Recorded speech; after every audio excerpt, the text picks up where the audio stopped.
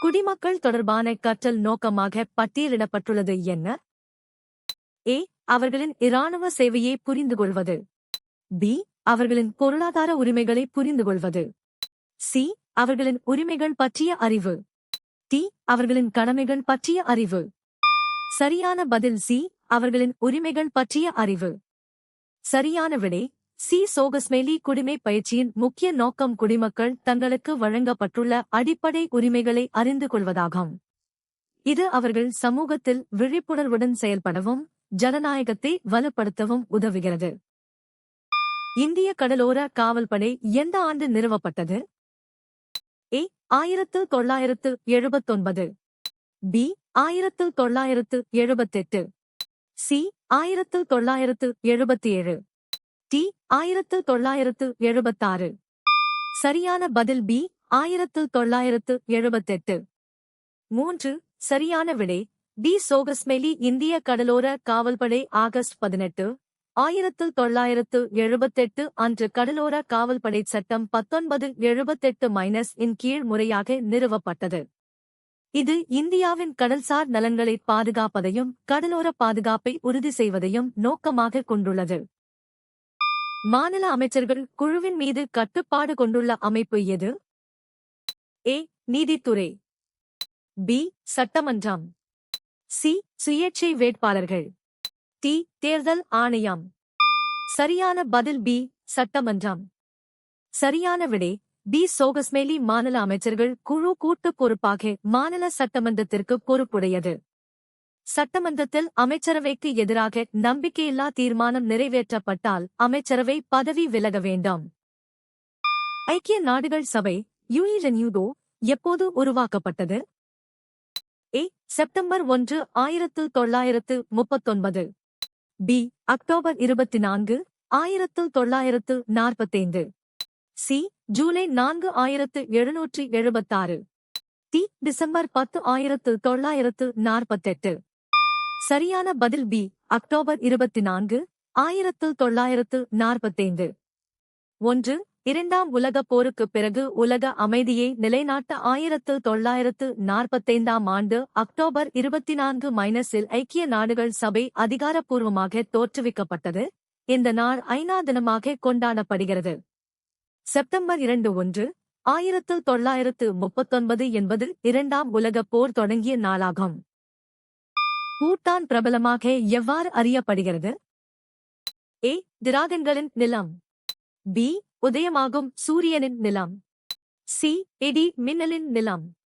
D. மலைகளின் நிலம். சரியான பதில் சி. இடி மின்னலின் நிலம். இமயமலையில் அமைந்துள்ள பூட்டான் நாடு அங்கு அடிக்கடி ஏற்படும் கடுமையான இடி மின்னல்கள் காரணமாக இடி மின்னலின் நிலம் land of the thunder dragon என்று அழைக்கப்படுகிறது. இது பூட்டானின் கலாச்சாரம் மற்றும் தேசிய கொடியிலும் டிராகன் சின்னமாக இடம்பெற்றுள்ளது. நலிந்த பிரிவினர் எவ்வகையான பாகுபாட்டை எதிர்கொண்டுள்ளனர்? ஏ. புவியியல் மற்றும் சுற்றுச்சூழல். பி. மத மற்றும் ஆன்மீக. சி. சமூக பொருளாதார மற்றும் அரசியல். டி. கலாச்சார மற்றும் மொழி. சரியான பதில் சி. சமூக பொருளாதார மற்றும் அரசியல். 3. நலிந்த பிரிவினர் வரலாற்று ரீதியாக சமூக அந்தஸ்து, பொருளாதார வாய்ப்புகள் மற்றும் அரசியல் பிரதிநிதித்துவம் ஆகியவற்றில் பின்தள்ளப்பட்டு பாகுபாட்டை எதிர்கொண்டுள்ளனர். இந்த முப்பரிமாண பாகுபாடு அவர்களின் ஒட்டுமொத்த வளர்ச்சியை பாதிக்கிறது. ஐநா பொதுச் சபையில் குழந்தைகள் உரிமைகள் பிரகடனம் எந்த தேதியில் ஏற்றுக்கொள்ளப்பட்டு ஏற்கப்பட்டது? A. September 20. B. November 20. C. December 20. D. October 20. சரியான பதில் பி. நவம்பர் 20. 6. சரியான விடை டி. சோகஸ்மேலி ஐக்கிய நாடுகள் பொதுச் சபையில் 1959 நவம்பர் 20 குழந்தைகள் உரிமைகள் பிரகடனம் அதிகாரப்பூர்வமாக ஏற்றுக்கொள்ளப்பட்டது. சந்திப்பு குறியீடு எதை குறிக்கிறது? ஏ. சாலை உயரத்தில் ஒரு மாற்றம். பி. ஒரு குறுகிய பாலம். சி. அருகில் ஒரு மருத்துவமனை. டி. வடிவில் அமையும் ஒரு சாலை சந்திப்பு. சரியான பதில் டி. வடிவில் அமையும் ஒரு சாலை சந்திப்பு. சரியான விடை டி சோகஸ்மேலி சந்திப்பு என்பது ஒரு சாலை மற்றொரு பிரதான சாலையுடன் செங்குத்தாக சந்திப்பதைக் குறிக்கும் எச்சரிக்கை குறியீடு ஆகும். இது வாகன ஓட்டிகள் சந்திப்பில் திரும்பும் போது கவனமாக இருக்க வேண்டும் என்று எச்சரிக்கிறது. முதலாம் ராஜேந்திர சோழன் எந்த இந்திய மாநிலத்தைச் சேர்ந்தவர்? ஏ. கேரளா கேரளா, பி. கர்நாடகா கர்நாடக், சி. ஆந்திர பிரதேசம் ஆந்திர பிரதேஷ், டி. தமிழ்நாடு தமிழ்நாடு. சரியான பதில் டி. தமிழ்நாடு தமிழ்நாடு. 2. சரியான விடை. டி சோகஸ்மேலி முதலாம் ராஜேந்திர சோழன் தென்னிந்தியாவின் தமிழ்நாட்டைச் சேர்ந்த புகழ்பெற்ற சோழ பேரரசர் ஆவார். இவர் கங்கை வரை படையெடுத்துச் சென்று கங்கை கொண்ட சோழன் என்ற பட்டத்தை பெற்றார். மக்களின் உரிமைகள் குறித்து மகா சைரஸ் என்ன அறிவித்தார்? ஏ. தங்களின் சொந்த மதத்தை தேர்ந்தெடுக்கும் உரிமை, பி. நிலம் சொந்தமாக வைத்திருக்கும் உரிமை, சி. ஆயுதம் ஏந்தும் உரிமை, டி. பேச்சுரிமை. சரியான பதில் ஏ. தங்களின் சொந்த மதத்தை தேர்ந்தெடுக்கும் உரிமை. 7. கிமு 53-9 மகா சைரஸ் வெளியிட்ட சைரஸ் உருளை உலகின் முதல் மனித உரிமை சாசனமாக கருதப்படுகிறது. இதில் மக்கள் தங்கள் மதத்தை தேர்ந்தெடுக்கும் உரிமையை அவர் அறிவித்தார். இது அடிமைத்தனத்தை ஒழிப்பதையும் மத சகிப்புத்தன்மையையும் வலியுறுத்தியது. நாடாளுமன்ற அமைப்புக்கு மாறாக குறிப்பிடப்பட்டுள்ள குடியரசுத் தலைவர் முறை அரசாங்கத்தின் ஒரு சிறப்பியல்பு என்ன? ஏ. நிலையான அரசாங்கம் ஃபிக்ஸ்ட் கவர்மெண்ட், பி. பொறுப்புள்ள அரசாங்கம் ரெஸ்பான்சிபிள் கவர்மெண்ட், சி. வெஸ்ட்மின்ஸ்டர் மாதிரி வெஸ்ட்மின்ஸ்டர் மாடல், டி. அமைச்சரவை அரசாங்கம் கேபினட் கவர்மெண்ட். சரியான பதில் ஏ. நிலையான அரசாங்கம் ஃபிக்ஸ்ட் கவர்மெண்ட். சரியான விடை ஏ. சோகஸ்மேலி குடியரசுத் தலைவர் முறையில் நிர்வாகத் தலைவர் ஒரு குறிப்பிட்ட காலத்திற்கு தேர்ந்தெடுக்கப்படுவதால் அவரை எளிதில் பதவியிலிருந்து நீக்க முடியாது. இது நாடாளுமன்ற முறையை விட அதிக நிலைத்தன்மையை அரசாங்கத்திற்கு வழங்குகிறது. உலக மக்கள் தொகையில் பெண்கள் எத்தனை சதவீதத்தை பகிர்ந்து கொள்கிறார்கள்? ஏ. தோராயமாக 40%, அப்ராக்சிமேட்லி 40%, பி. கிட்டத்தட்ட 50%, ஆல்மோஸ்ட் 50%, சி. 75க்கும் மேல் ஓவர் 75%, டி.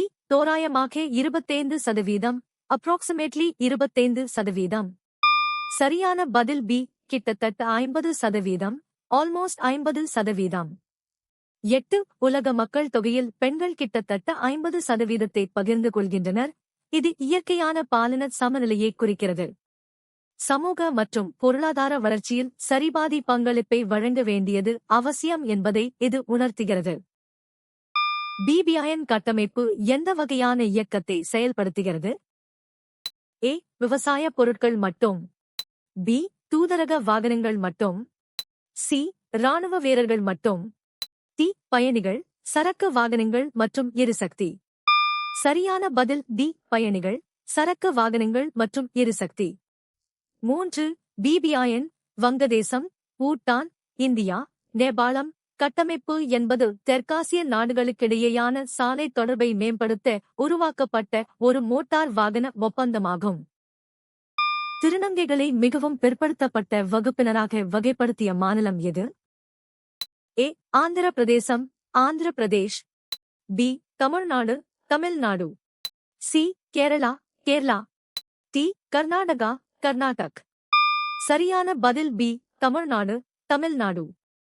5.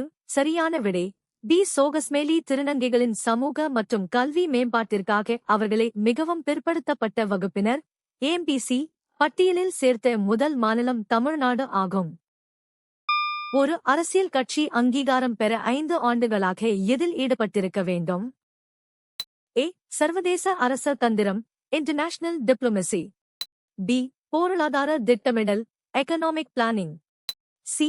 சமூக நலத்திட்டங்கள் சோஷியல் வெல்ஃபேர் புரோகிராம்ஸ், டி. அரசியல் செயல்பாடு பொலிட்டிக்கல் ஆக்டிவிட்டி. சரியான பதில் டி. அரசியல் செயல்பாடு பொலிட்டிக்கல் ஆக்டிவிட்டி. 8.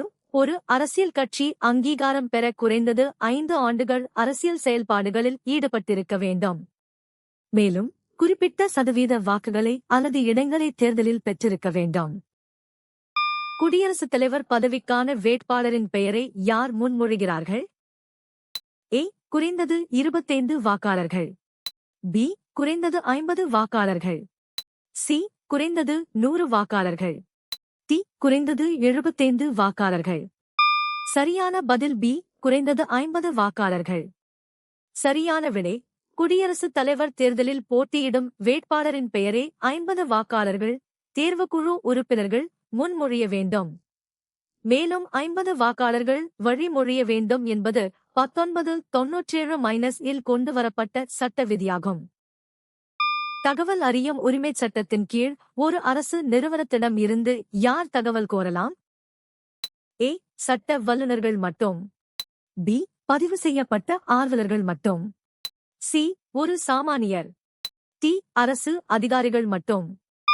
சரியான பதில் சி ஒரு சாமானியர். 3. தகவல் அறியும் உரிமைச் சட்டம் 205-இன் படி இந்திய குடிமகன் எவரும் அரசு நிறுவனங்களிடம் இருந்து தகவல்களை கோர முடியும். இது நிர்வாகத்தில் வெளிப்படைத்தன்மையையும் பொறுப்புணர்வையும் உறுதி செய்ய சாமானிய மக்களுக்கு வழங்கப்பட்ட அதிகாரமாகும். இங்கிலாந்தில் உரிமை மனு தி பெட்டிஷன் ஆஃப் ரைட் எந்த ஆண்டு நிறுவப்பட்டது? ஏ 1789. பி 1679. சி 1215. டி 1628. சரியான பதில் டி 1628. சரியான விடை டி சோகஸ்மெலி. இங்கிலாந்தில் 1628 ஆண்டு மன்னர் முதலாம் சார்லஸிடம் இருந்து குடிமக்களின் உரிமைகளை பாதுகாக்க உரிமை மனு பெட்டிஷன் ஆஃப் ரைட் பெறப்பட்டது. நீங்கள் எத்தனை சரியாக பதிலளித்தீர்கள்?